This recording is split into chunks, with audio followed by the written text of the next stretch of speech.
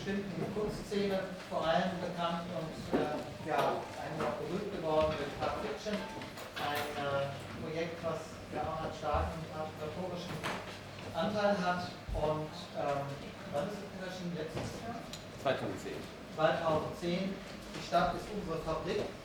Stark im Zusammenhang mit Majetica Podcast auch sehr interessant, weil es auch eine zeichnerische Auseinandersetzung ist mit dem Phänomen Stadt, wie die Stadt funktioniert, was ja in Majeticas Arbeit auch eine Rolle spielt. Insofern bin ich jetzt ja, sehr erfreut, dass das so kurzfristig noch geklappt hat und übergebe damit an Christoph und an Majetica. Vielen Dank. Okay, I start. Thanks for the invitation. It happened, I got a phone call last night at 10 o'clock. I had just come back from Austria and Friedrich and Jesko had called me up at 10, or was it a 10:15, if I could step in for Markus Miesen. And step in for Markus Miesen is not so easy for me because actually I had a hard time reading his book, Waking Up from the Nightmare of Participation, which I find a bit confused, but I will make 2 or 3 short remarks on some of the concepts in it during this talk. I want, because we have not much time and the idea is to kind of connect this talk. We made an agreement that I speak in English so that Marietta and me can communicate. It's unfortunate for you guys, but I think my English is German enough so that you can understand.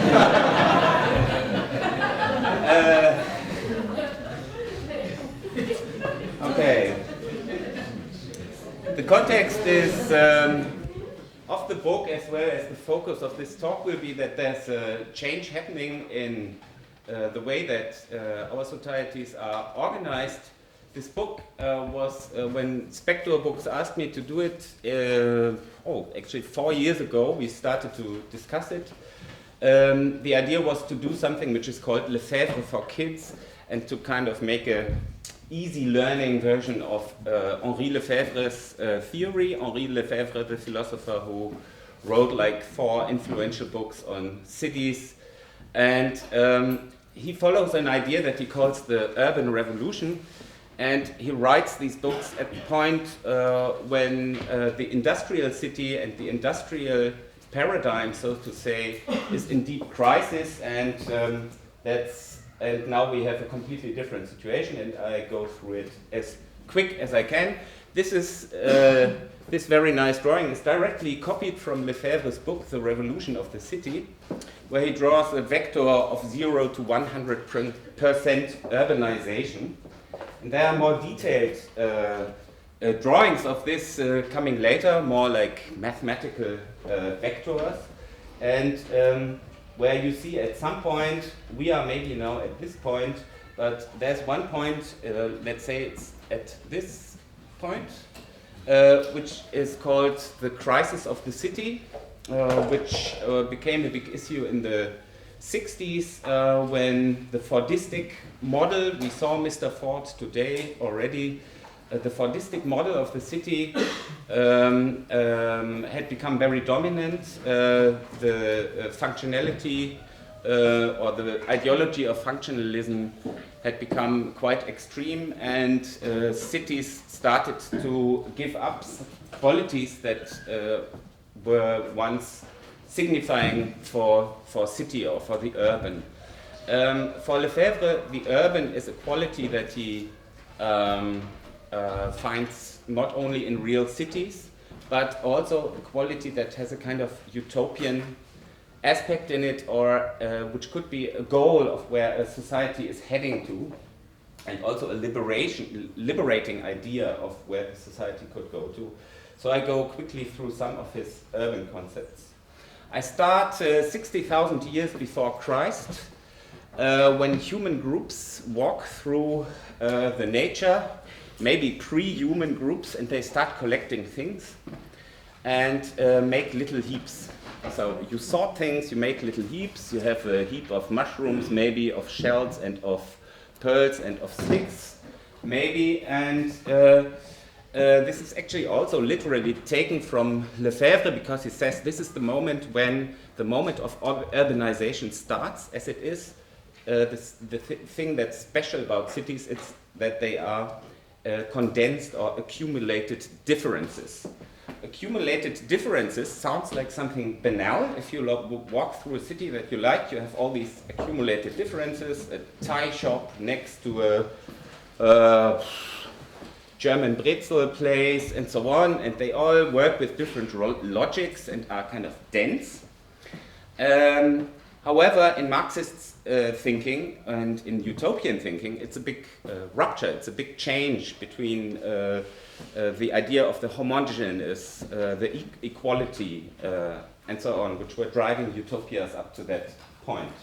So the revolution of the city seems to be something different. The heaps get bigger, I mean. People start living in them. This is a mountain in Turkey. Real cities are founded, like the city of Ur. This is how the people in Ur looked like. As you can see, they are very different. They look a bit like the designs we just saw. And so here, for writing it down, cities are condensed difference. I made a series of drawings to show you the principle. Here, points A and B are very far apart. If you fold the blanket, they come closer together. If you fold it again, they are very close by.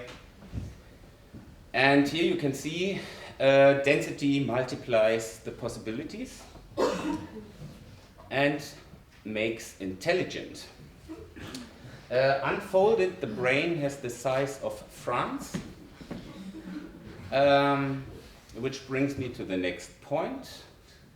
Oh no, this is something for you folks to relax on.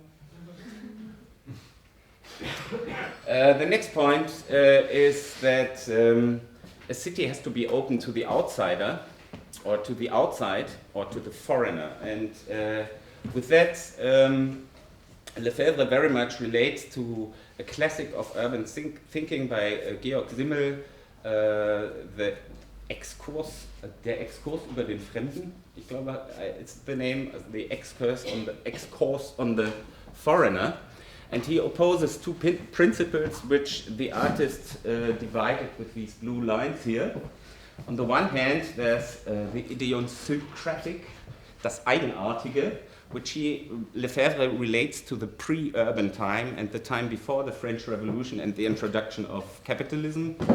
And then there's the difference on the side of the city, the urban and let's say capitalist time and everything coming afterwards. I like this especially when I'm in an art school, because art myths always think that artists have to be idiosyncratic. I don't believe it, and I think it's a very reactionary category, and if we follow Lefebvre, the idiosyncratic or das Eigenartige is forced to become folklore these days, whereas the difference is something different, which is not fixed and not connected to identity. All that has to do with the fact that with the introduction of capitalism, with the idea of the commodity becoming the ruling principle, the identity between person and ground is cut forever. So there's no way back to those principles. I think I skipped that because we don't have too much time. These are old altars from Assur, from the oldest layer of the Ishtar temple, where old houses were found. And they were, so in one of the oldest cities in the world, in the temples you found little models. They are shown in the Pergamon Museum in Berlin. And I found it interesting that you have back then people still had an idea what an awesome invention the city is. However, in the later layers that were found or dug out of the dirt of Assur, the art changes completely, and it looks like this. And it coincides with the fact that Assur became an imperial city of a giant state. So the next thesis is, on the one hand, the landing of the emperor interrupts the city's currents, and, oops, yeah, this is another example. The city is not the state. So there are two more examples which I want to show. This is, for instance, the state form of thinking, the Roman army building a bridge over the Thames. And then 1,000 years later, the city principle, the Thames Bridge, the London Bridge, is built over with houses, and actually the city somehow shows off or celebrates the difference of the houses, which is, and at the middle of the bridge there was one house which even had the name the Nonsuch House, and it came from outside, it came from Holland, was produced in a foreign country, and so the city celebrates difference in this situation. At the same time, it kind of interrupts the functionality of the bridge and this state way of thinking. It creates something different, though. Here's another example of this state way of thinking, a Roman arena in the Middle Ages, when people started to use it to build a town into this stadium, and to multiply, to create a multiplicity of situations in it, and to stop this way that the state organized the masses in these kind of spectacle events. Of course, this was not a conscious thing which people did, but I think it shows the logic of the city, and it also shows a different term that I want to come to, which is appropriation, or Aneignung in German. Appropriation is a quality, a key urban quality. Here you see, that's a little jump forward in time. Paris in the 19th century, after the revolution, one of the most important cities, maybe the most important city in the world. At the same time, a very chaotic city. And as Walter Benjamin has written in the Arcades project, in the Passagenwerk, there were, like in the 1830s, every year, on average, 6,000 barricades built in Paris, so people could block whole areas of the street and interrupt or control parts of the most important city of the world. So Monsieur Osman came in and started to make the system of boulevards, where the French coined the nice phrase for this. They called it embellissement stratégique. These boulevards were connecting the military streets, military buildings with the city, and made it much more easy to control and much more effective. Today this also happens in the cities in the south, where irregular cities in New Delhi or in India, in China and so on, are torn down, and to make way for motorways for the middle class or the upper class. So there's a struggle again between the, let's say, global forces, the state, and the living space, or the urban self-organized spaces, if one could call them so.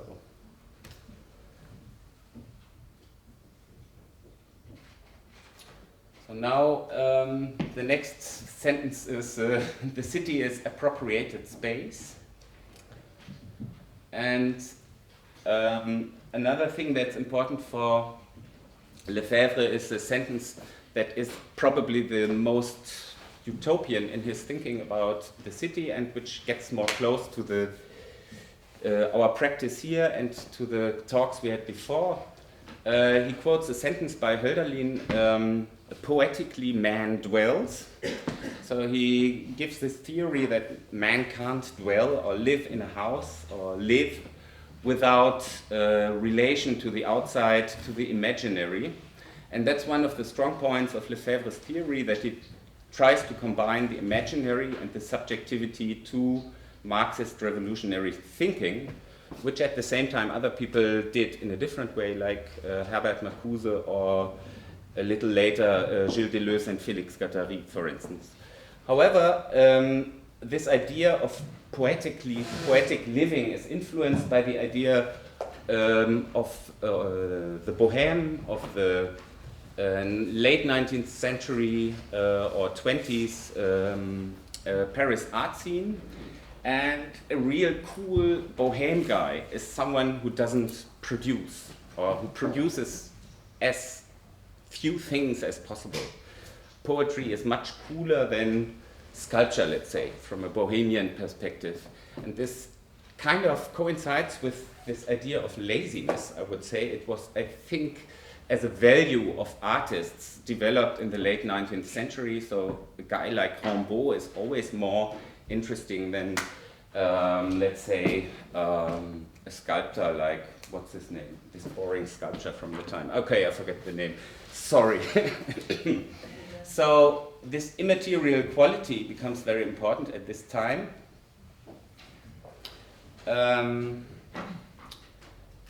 This is the skateboard, because I think this kind of appropriation of the city and of transforming the city in a poetic way becomes a kind of mass practice in the last 20, 30 years. And for instance, with a skateboard, of course, you can redefine objects that stand around in public space. So a kind of, I think it's a sign of a beginning time of mass creativity and the end of the classic industrial organization.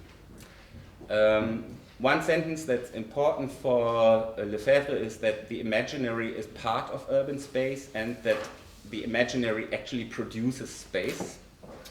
And I was quite happy that Mr. Kufus mentioned rapid prototyping at the beginning, because here I have written, we spoke the whole night about 3D printers, because I think it's a good sign for one of the things that are deeply changing the mode of production we are very fast heading towards. However, when Lefebvre still saw the imaginary as like a revolutionary force opposed to the functionality of the city, we are now in a, I think, very different situation where appropriation, innovation, making inventions, these two hills up there for you who can't read the German, don't understand English, German, lead to the production of value. And this is kind of an unavoidable process. It's how value comes into being. I mean, as a strict Marxist of maybe 40 years ago, one would have said, no, poetics, arts, the imagination, that's all part of the superstructure, Überbau in Marxist terminology, and the basis is production, work, machines, and so on. This is, I think, deeply changing right now, and the problems occur more here, but I won't go too deep into the creative class discourse and the gentrification issues today, because we don't have so much time, but I show some more different images which are not in the book, actually. One of the problems that capitalism faces is that even in a very classical Marxist description, you have the use value and you have the exchange value. However, the products that they could look at you in a cold way, you know, they're boring, they're mass-produced, you don't know who did them, they come from China, they come from a factory, they're completely anonymous. So this is a kind of dramatic situation for the whole capitalist structure because if you want to sell commodities, you of course need emotions, you need prestige, you need designers who appear to be artists. You need a certain fetish value, maybe. So, in a way, capitalism is interested in participation. It's not the enemy of participation as such. And now the situation is even more dramatic. So we have in the center the field which I would call the city built from passions, or a city built from imagination, you could also say. Actually, I'm saying exactly the same thing that the first talker today said, the guy from the... And of course, with him it comes more from the creative class discourse. There's other descriptions of this, like from the Italian post-operarists like Maurizio Lazzarato, who would describe this field as a immaterial work where a lot more people are included than the pure creative class. And of course, subcultures tell their own story, however, they have a key function in it, because they have a certain quality. And if I hear what Mr. Kufo said about design and how he organizes this platform of exchange where different qualities and people come together to develop new stuff, it's, I think, a way of operating that was very much developed in musical subcultures especially.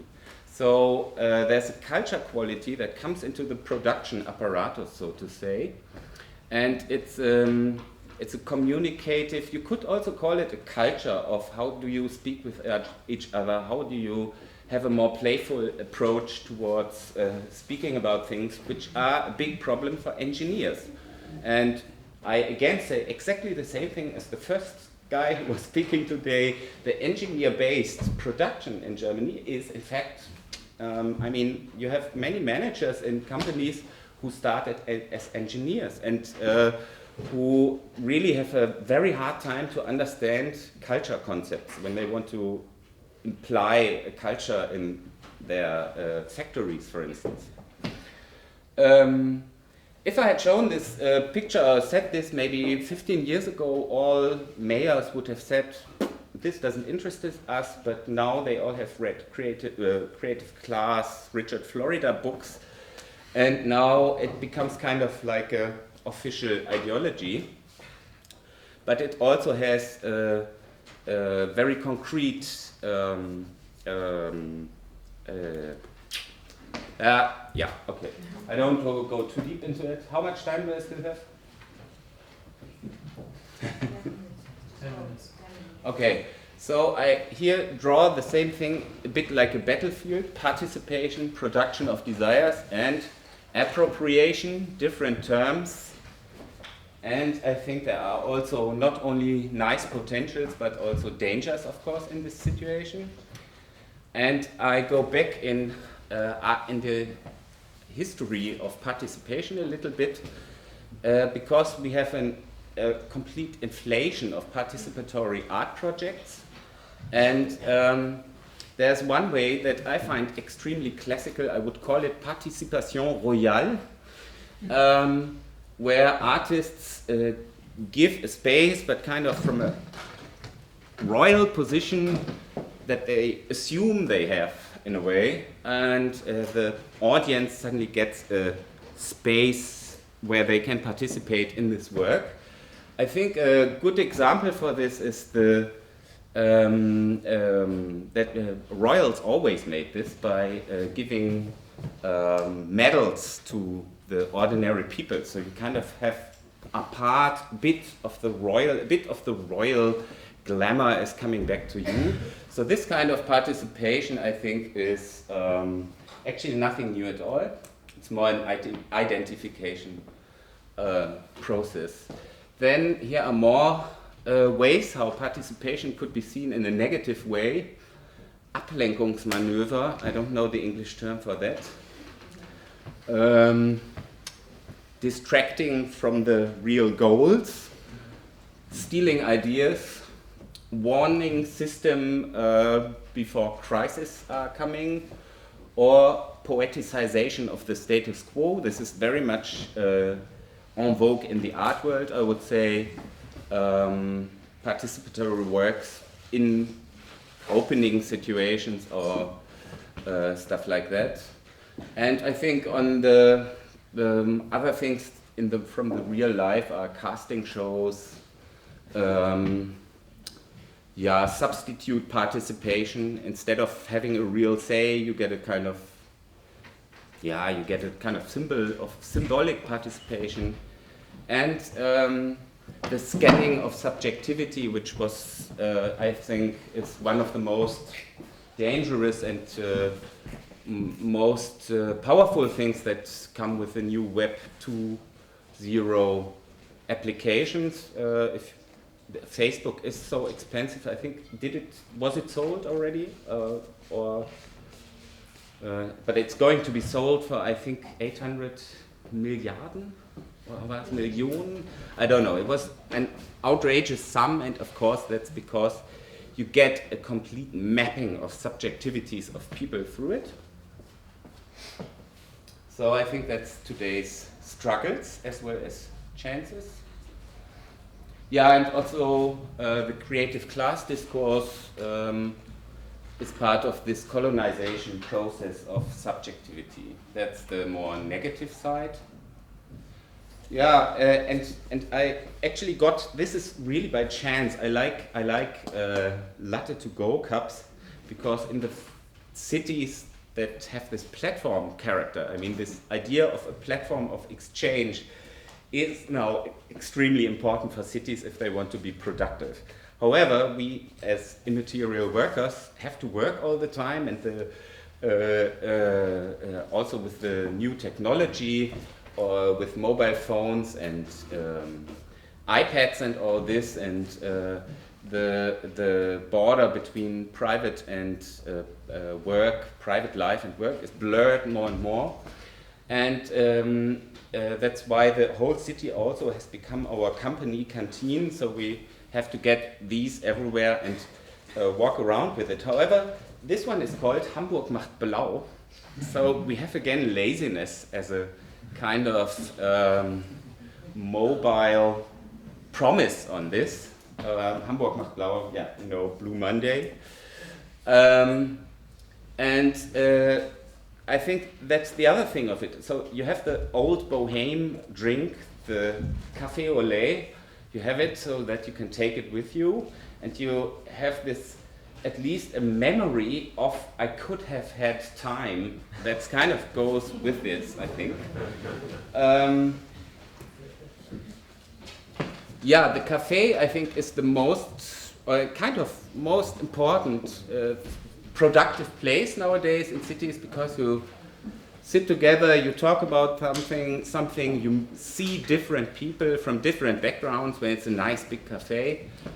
And this guy makes a joke, and he hears it, and they are maybe artists, and maybe they have an artistic idea coming from it, but he maybe has already, by hearing his talk, found the slogan for the new advertising campaign and sends it off.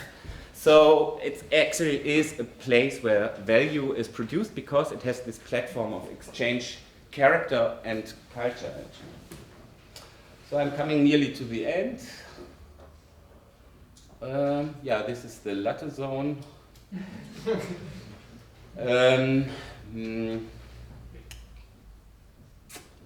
Yeah, this is, I go over it, all this. But the right to the city is of course connected to this, but it's an essay by Lefebvre from 1967.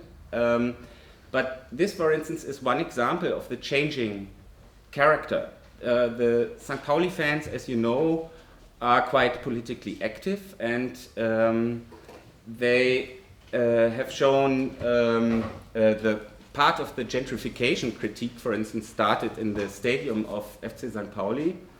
However, the way why this happens and why it is so important now is that the audience stopped to be the audience, but became a very active part. Actually, many people I know, even from all over the world, say the most interesting place to watch football is FC St. Pauli, because the fans make the spectacle and are the actors. And you could even measure it. If I want to speak in the language of marketing, the punk Mabuse, who carried the first skull and bones flag into the stadium in 1988, he is still living in his Bauwagen, and he was part of a group of punks who kind of started to change the whole idea of being a fan. In FC St. Pauli, 7 or 8 years later, the symbol was adopted by the club. Then it was sold 3 or 4 years ago for 9 million euros for 30 years.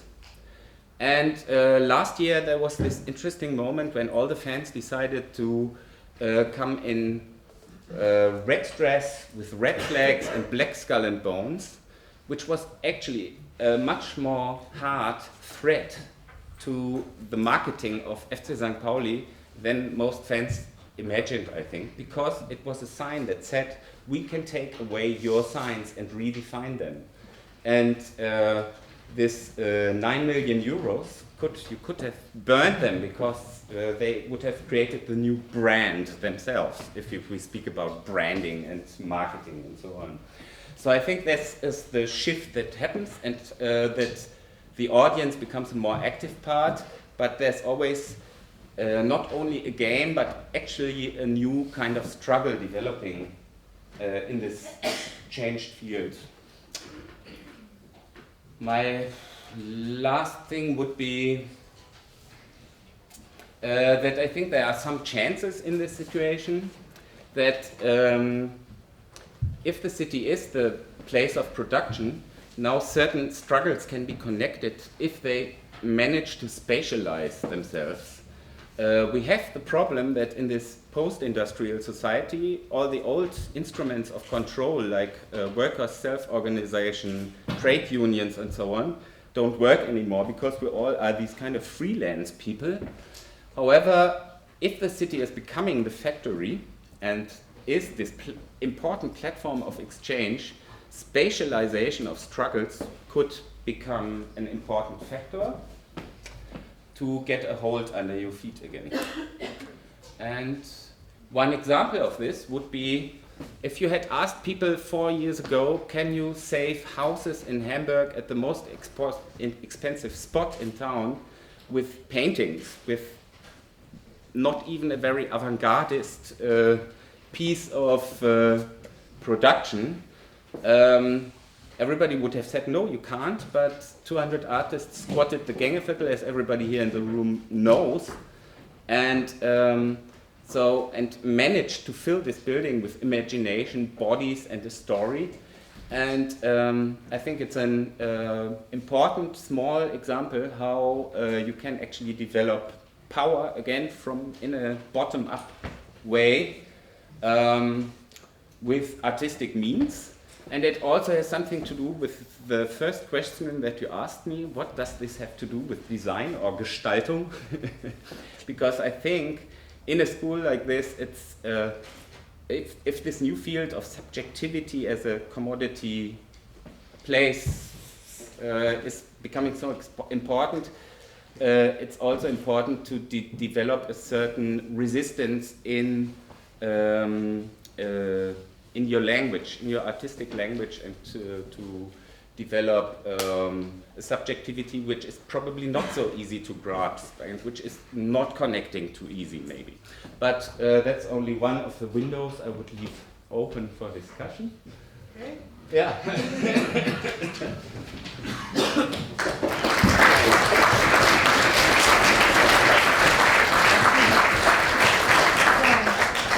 I'm super happy to hear this talk, no? But I would like to maybe hit the ground here in Hamburg and talk a little bit about park fiction. This is my turn. Okay.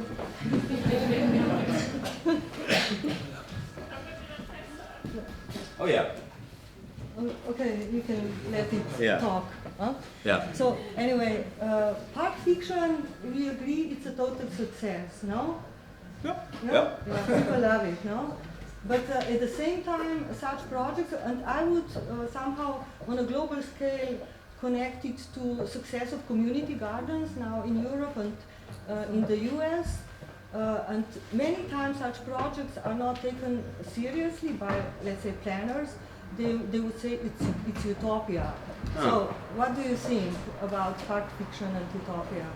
I think in the language of Mr. Kufus, it's prototyping. But I don't know. I think the way that we worked with Park Fiction was that we used the planning process as well as the political process to create this kind of platform of exchange of knowledge, production, and so on. So in that sense, it's hard to say avant-garde, but it has been copied a lot. And it's also, so in that respect, I think it's different than classical utopian thinking, because it's more in the sense of maybe the Foucault sense of heterotopia, that you create a space which works a little different or tries to work outside of the logic of the market, for instance. But maybe its success is also because it's really it shows the success of it shows that people like to live in a shared space, not necessarily in a public space. And I asked Christoph this before, and you said, this is my interpretation, no, your interpretation. So what is yours interpretation? Well, I think that you have maybe, because I saw your talk in Amsterdam, I think you have a specific idea of shared space, but the term is used for, in traffic, for instance. Shared space is a space without traffic rules, for instance. So I'm a bit... so what is your definition of space? I mean, legally it's public space, but I think it's interesting. I'm also interested in the idea of the commons, which is a lot older than the idea of public space and the division of private and public space, which is kind of comes from the Roman justice system that is implied here still. So. But yeah, I think public space also has some benefits, because you kind of can go in and aren't asked to participate, for instance, and you can choose yourself. So it leaves some freedoms that I find very valuable at the same time.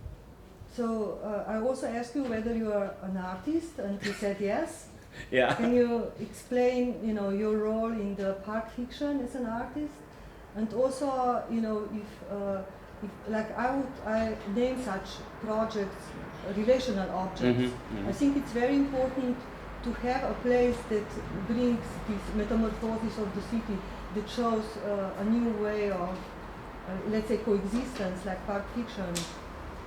I think in art already in the last 15 years it became completely obvious that art, especially art in public space, doesn't work anymore at all. I think it's really completely over. It had its high point, I would say, with the debate Richard Serra against New York with his Tilted Arch work, where he kind of showed for the last time the idea of the autonomy of art, and I think since then it's unavoidable to make relational networked objects, which but what I wouldn't say is that actually I'm taking in advance your next question now. I'm sorry, because you also had a question about the mediator, the artist as mediator in mind, and I have a certain problem with that, because I like to see myself as someone in a situation, and a mediator kind of has this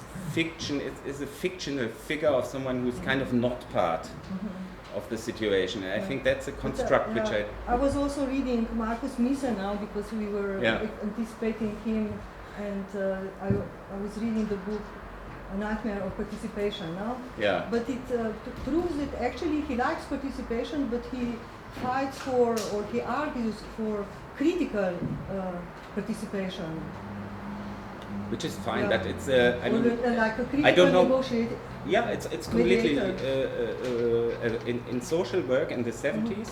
There was like the differentiation between in German it's konfliktorientierte Sozialarbeit so conflict-oriented social work in contrast to social work that kind of fixes what the system has damaged. And conflict-oriented social work would have been one that looks, well, which I help you, but which structure brought you to the situation where you are now in, and how can we organize to change the structure, which always means to create a conflict. So I think that's not a new concept, only a new term. As much as I think this figure of the crossbench practitioner that he very much sports, or the outsider, the uninvited outsider, where I really have to think about this Georg Simmel idea of the foreigner who comes from the outside and who starts, or who forces a city to move, who brings something new into it. And but park fiction or community gardens make this role today in cities, no? I'm not sure if sometimes they can be appeasement policy as well. That's true. So I think we always have to look what is the right. And at the moment, I don't have, for instance, any fear that more latte macchiato makes more gentrification, because it's very ordinary now, and you can get it even in Wandsbek, so it can't be so bad anymore. And with community gardens, I think it's not always clear if they produce healing, concealing the conflict situation, or if they could make a conflict also productive. And so, for instance, in Das Areal, everybody knows it, I guess, this project near Rindermarkthalle, where people want to try to go in. There they make a community garden in front of it, which is kind of at the same time showing there's something missing here. We want to have control of this, whereas other garden projects are sometimes very affirmative. So maybe my last question, you talked about appropriation of the city. There is, in my view, really big wish of residents now in cities to reappropriate the city, somehow to change it. The city is in transformation for many reasons. So can you talk a little bit about that? Yeah, I think so too. I think we have a situation where all these Web 2.0 applications tell us every day that we should participate, and we have a political structure which kind of says don't participate. So I think this situation is steering into a conflict which is showing in the Arab world, where it's also football fans who suddenly make politics. And I think it's quite scary, or maybe quite hopeful, how close these things are nowadays. That there are not worlds between, let's say, people in Egypt anymore and the situation here, or in the States, or somewhere. So maybe I open out to discussion. Is there any question? Okay. If I understood you right, you said that participation is not the opposite of capitalism. No. And in some way, we could argue that further that participation is a part of capitalism, because it helps to fix struggling situations by the co-working process of those who are the victims of this process. So my question would be, should a critical artist avoid participation, because participation is part of processes of capitalistic exploitation? I avoid the term participation, but it's unavoidable to participate. So, and I think that changes the perspective a bit, because you always speak from an involved perspective, and as I think no sector in society is away from being involved into capitalism at all anymore. So not the museum, definitely not the science is not independent of economy anymore. I see the most self-advertising people that I know in the academic world, and so I think there's no safe field anymore, but that also gives new opportunity for resistance. And I think because if you're involved, you're a bit like in the position of the worker who was working on a machine and could go on strike. So it's kind of, we will need new methods for this, but I think I wouldn't give up participation at all. I think it's important to build these platforms of exchange, but with a different attitude. Not like, okay, here kids, you have a sandbox, now play in it, I'm the artist watching the process, but only when I'm kind of involved in it. And I things that I find interesting, you know, it has to be kind of desire-driven, a production process. I could very well imagine a design process in the Berlin lab that you described is driven also by the desire to invent, to meet different people, meet their ideas, know them, but it's not something separate where I can't imagine you act like a pedagogue that looks at the process without an interest in the products in a way. You're in it in an involved way. So that would be my complicated answer to you. But there's lots of participatory projects which I would avoid to be part of at all costs. Yeah. There's another term that you mentioned, talked about in a short note about mass creativity. Yeah. It sounds to me like it could be kind of a counter concept to participation because it starts from different side, from the mass, not from the artist or designer or planner or politician. So maybe could you explain a little bit more what you mean by mass creativity and how you would place it in this kind of discourses on creativity as a kind of hegemony model, but also something that could, in the Lefebvrean sense, be something for emancipation? Well, I think we have a situation, and I'm happy that I could understand what Mr. Kupus was speaking about, because I met in the Right to the City movement a guy who was into Fab Labs and into 3D printing, and I had a chance to see it at the MIT, and where the whole goal is to create a space that uses very advanced technology and puts old technologies, old crafts and industrial process and digital production together. And by putting these machines together, you create a situation where which is extremely powerful. And I think we see a mass production or a mass creativity already in the web because of the wired up PCs and the networks, which of course we wouldn't maybe have imagined in 1985. And the same might happen with production of things. So I think we are heading into a completely different direction, which questions the whole setup of industrial work at the moment. And I think where these different kinds of knowledge coming together become very important. And at the same time, the problems that come along with the internet, like how is a text paid or how is music paid, it will extend even more. So this area of, let's say, unwilling open source production going together with a kind of mass creativity will create a situation or make it even harder to think about the capitalism that we now have in the same, if it can still exist in the future, if we need a completely different way of organizing income. I think it's really, this production of new knowledge which is important. Like I would say, instead of saying people united will never be defeated, perhaps today we can say people with different understanding can never be defeated.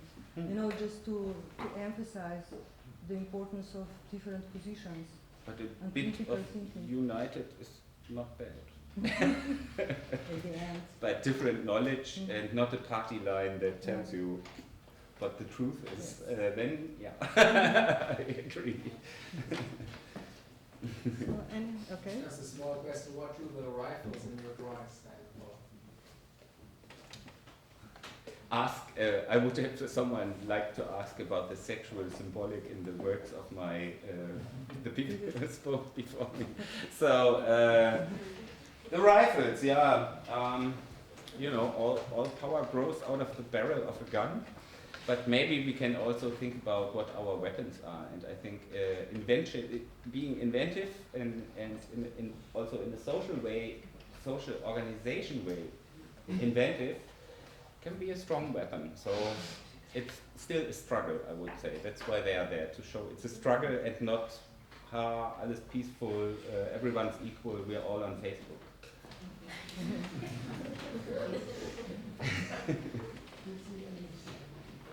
Is there any other question? No, so I thank you. Thank you.